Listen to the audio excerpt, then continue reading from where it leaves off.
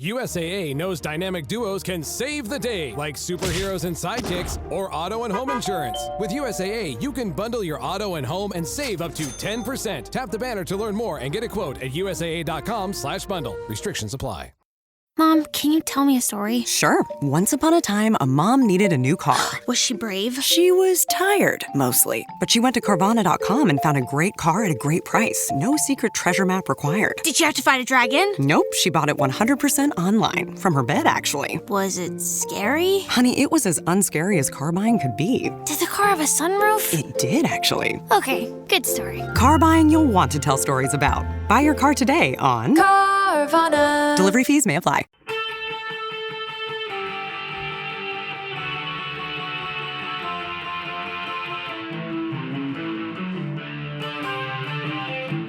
This is the Daily Blast from the New Republic, produced and presented by the DSR Network.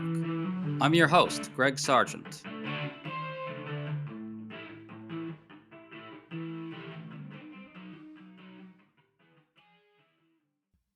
Donald Trump is now facing tough questions about his threats to bomb Iranian power plants and bridges. Speaking to reporters Monday, he lost it at one of them who asked about this, attacking his news outlet and ranting that his colleagues seem to want Iran to have a nuclear weapon. This comes as another report says that Republicans may be reaching a breaking point with Trump over the war, which raises a question. If Trump seems ready to go through with his threat to carry out massive war crimes, will Republicans be willing to rein him in at that point? Probably not. And what would it mean if Trump can get away with war crimes without Congress raising a peep about it? We're talking about this with one of our favorite analysts of this kind of thing, Columbia political scientist Elizabeth Saunders, who had a hair-raising thread on Blue Sky about where we are. Elizabeth, good to have you on. I wish I could say it's a pleasure to be here, but I seem to be only invited when things are truly terrible, so we have to stop meeting like this. Well, let's start with Trump's angry tirade. He was asked by a New York Times reporter about his threat to bomb Iranian power plants and bridges, and the reporter points out that this would violate the Geneva Conventions, and that triggered Trump. Listen. Deliberate attacks on civilian infrastructure violate the Geneva Conventions and international law. Who are you with? I'm with the New York Times. Zolan from the New York Times. Are you failing? Are you concerned? Circulation way down at the New York Times. Are you concerned that your threat to bomb power plants and bridges amount to No, not at all. No, I'm not. I hope I don't have to do it. So it's worth clarifying something here. Trump is threatening to bomb all power plants and bridges in Iran, as opposed to merely targeting ones that might be connected to military uses in some way. Elizabeth, threatening to bomb all power plants and bridges is a clear and unequivocal threat of a war crime, right? If he's really threatening to bomb all of them or to bomb them indiscriminately, then yes, it would be a war crime. He sees it as an escalation from where we have been, which has been mainly, not exclusively, but mainly targeting military targets, regime targets. Of course, there have been civilian casualties as well. But I think in terms of intention and declaring openly that his goal is to bomb as many bridges, and I mean, he can't literally bomb every power plant and bridge in Iran. It's just too big. But the fact that he's saying that probably means it's going to be indiscriminate. And that is clearly a violation of the law of armed conflict, of basic morality. I could go on. I'm no expert in international law, but it's not. It also, you don't need to be to see that that is just horrifying. So Trump kept on ranting at that reporter. He went on for over a minute. It continued this way. If you think it's okay for people that are sick of mind, that are tough, smart, and sick, really sick, from a policy standpoint, from a any which way you want to say, mentally, these are disturbed people. If you think I'm going to allow them, and powerful and rich, to have a nuclear weapon, you can tell your friends at the New York Times, not going to happen. Elizabeth, note how Trump lashes out at the reporter by suggesting that anyone who raises questions about war crimes being bad is somehow okay with Iran getting nuclear weapons.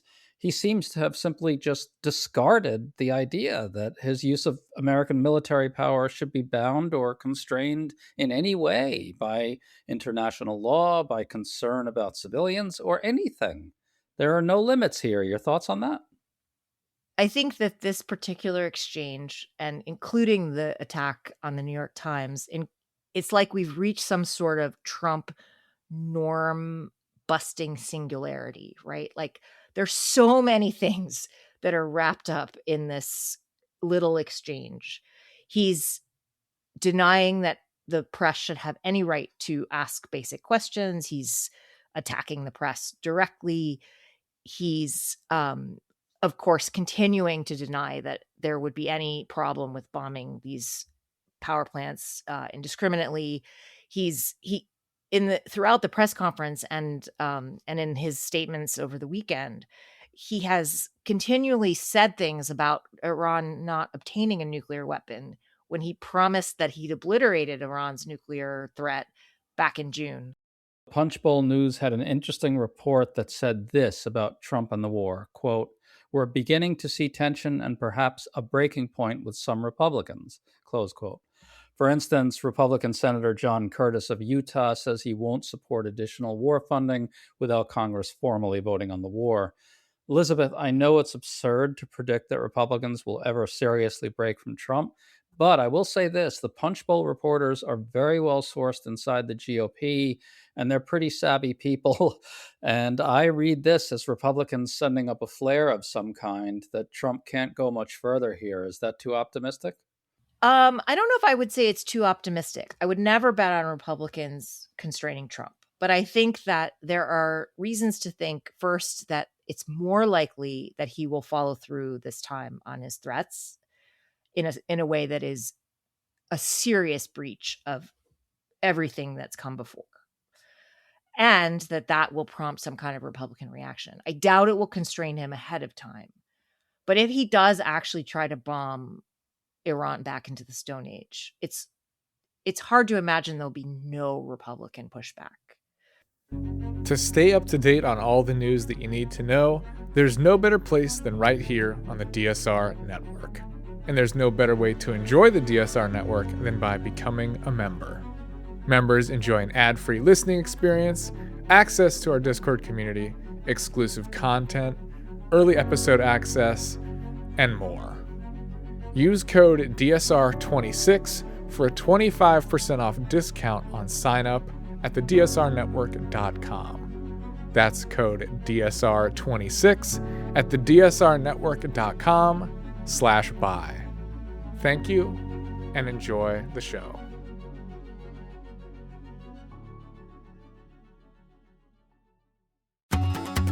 Fox News is now streaming live on Fox One.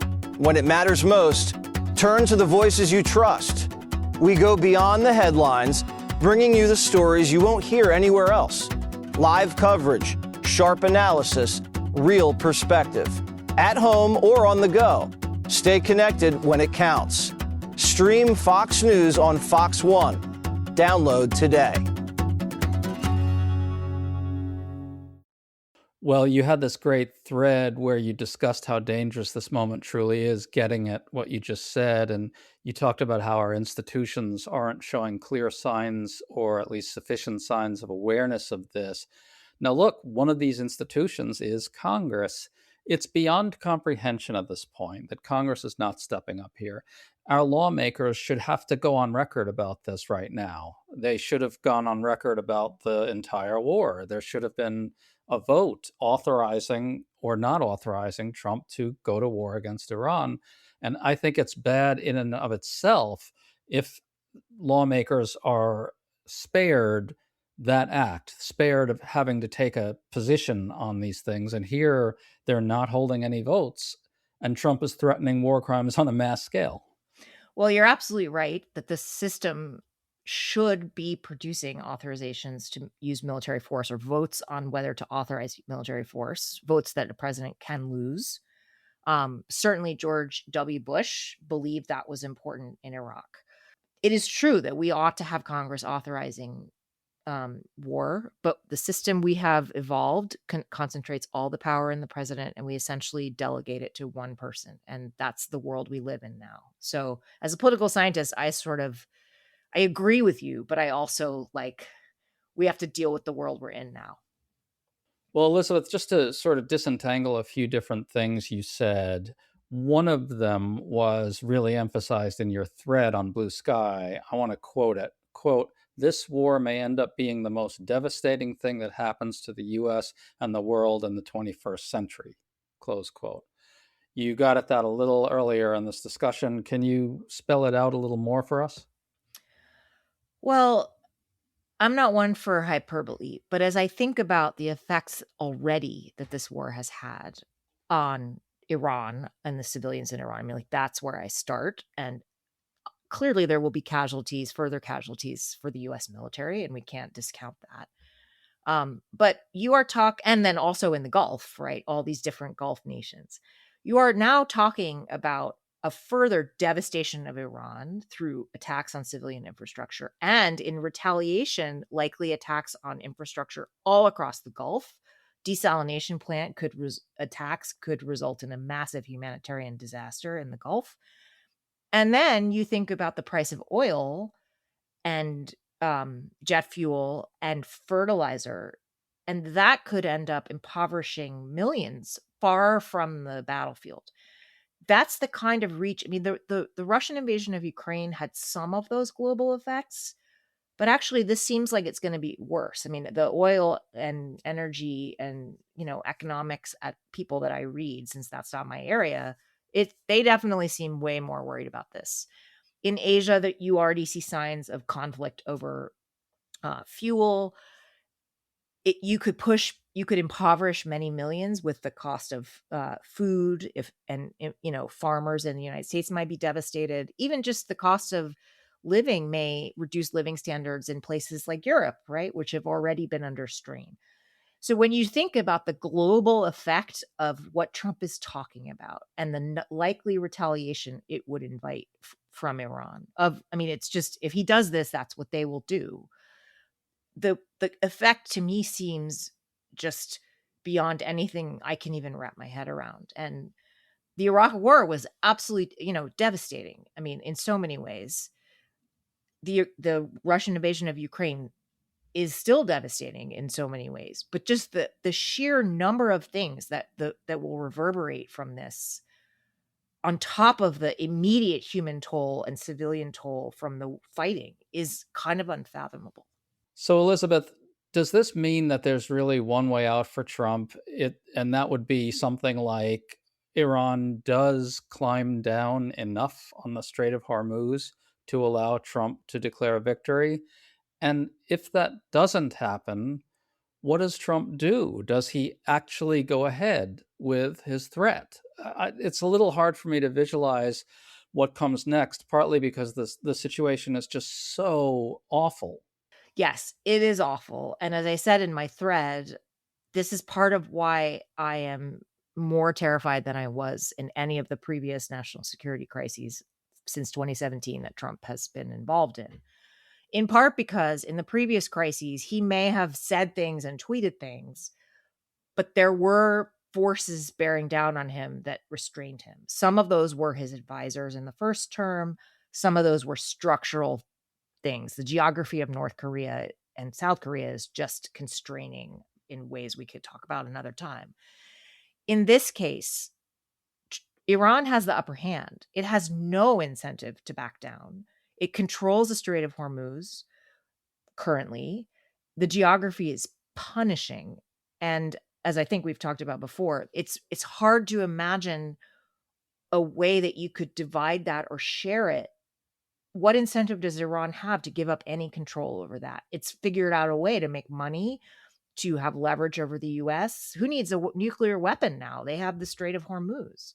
So it's not clear that Iran will agree to something that Trump can declare victory over. Let's leave aside that Israel might not agree to walk away if Trump decides to walk away. So then you're into a situation where Trump would have to basically walk away and leave Iran in control of the Strait of Hormuz. The Gulf nations and Israel are not going to like that. And it's a humiliating defeat. And so because the geography, which is just like an immovable brute fact, like you cannot change that, right? It just means that there's no place where you have an overlapping bargain that can satisfy Trump and satisfy the Iranians. And the way that I know this is so horrible is that that's a theory in political science that involves a lot of game theory and math. And like we learn this it's super technical, but it basically boils down to like, is there some basic way that these countries can agree? And when I hear people in the media talk about it, that's how they talk about it. They literally say there's no overlapping agreement that can satisfy both sides. Like that to me is like, they're talking in game theory models. They get it. Like everyone gets it. That there's no way to move forward here to find a peaceful bargain that satisfies both sides. And humiliation or escalation are kind of the way out of that. And we're not dealing with a rational actor in the US. We're dealing with someone who's very angry and who got into this for reasons. I mean, we will probably be talking about it forever.